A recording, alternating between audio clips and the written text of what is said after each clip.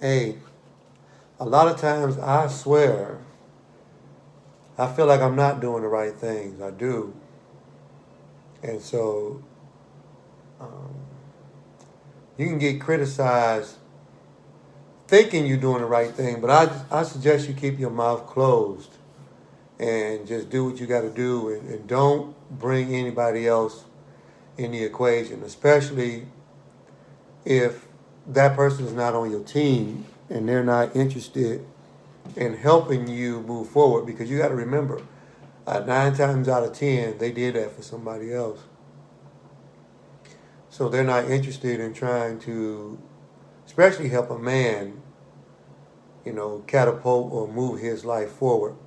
Even though you would think they would be nice enough to use the duplexicity for you to stand on to try and get a different view, they don't want to. But I can say with a clear vision, it's not until you. Let me say this about God. It's like, man, I wish we could show God love without it being a crisis. The Twin Towers hit, bam, 2 buildings explode, whatever happens. Gray dust is everywhere. People are covered like flour in an explosion in the kitchen, and nobody can tell what color anybody is. It's a crazy moment. Everybody needs to help everybody. Folks are trying to run away from the building. There is no racism at that point. There is no hatred. There is no dislike. Nobody has time to say, hey, listen, don't touch my hand, you nasty mother. No time for it. We better get out of this building. This shit is happening. There's an explosion on the top floors, and you can see people jumping out the window. But the point I'm trying to make is crisis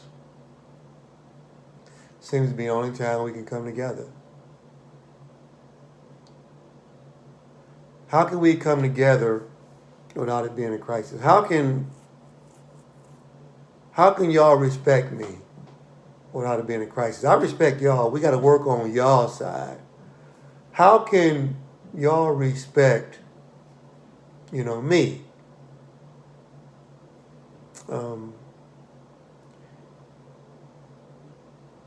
so I'm fighting the world, and I do have some family members who have done some above and beyond things for me that is non-comprehensible. Seriously. So it's like I'm so thankful in my time of need that I got family. I'm looking at the dynamics of the way God did it, moving my cousin to, parts of Georgia within a 30 to 45-minute radius of me. Now I have access to her and her husband. If need be, can go and watch football games with them, laugh and joke. I don't have to be here by myself. Well, why are you here? Somebody might ask. Well, I made the jump from Ohio to Georgia with the ambition, the drive to coach college football or coach high school football at a high level. The pandemic hit, in the words of Adverse, and bam, boom, wham, everything shut down. Plans, all of this stuff, shit.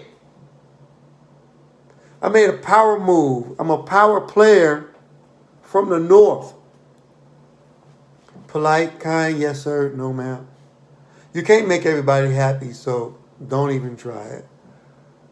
But when you learn in this game of survival, you kind of on your own, unless you're fortunate like I am to have people who care about you.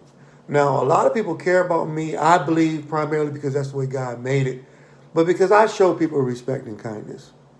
I help people with projects and things in their homes and their houses. If they need stuff, and if I can help them with it, I'm there. I'm always nice to people, kids. Nobody can really, as far as because you can't say nothing bad about me, but when I get decked outside of these few people that I'm naming, nobody else really has an ability to help out. I just get smacked in the teeth with words about what I need to do, or where I need to change up. But I'm not giving up my vision. I've decided I'm not I'm not giving it up. No, sir. I'm going to keep smiling. Like I did in my last video, I'm going to keep smiling. I'm going to stay happy. This heat and stuff is off. That is what that is. It's fine. I'm not going to complain about it. But that is amazing that they would shut off heat on people in the wintertime. Even though the state is not as cold, it's still cold. And that's a cold-blooded thing to do. So I salute again anybody who is going through hard times and nobody is in your corner. I can't really save you unless you want to stay here in a heatless place with me. But that would be hard because if you did that, then you got to be my girlfriend, or we on some homosexual stuff. It can never just be enough to try to help somebody. Now it got to be some kind of games to it. People are so hurt from what they've been through, what they're going through. Nobody helps them, so they don't want to help nobody else. And plus, they don't really have the skill set to do it anyway.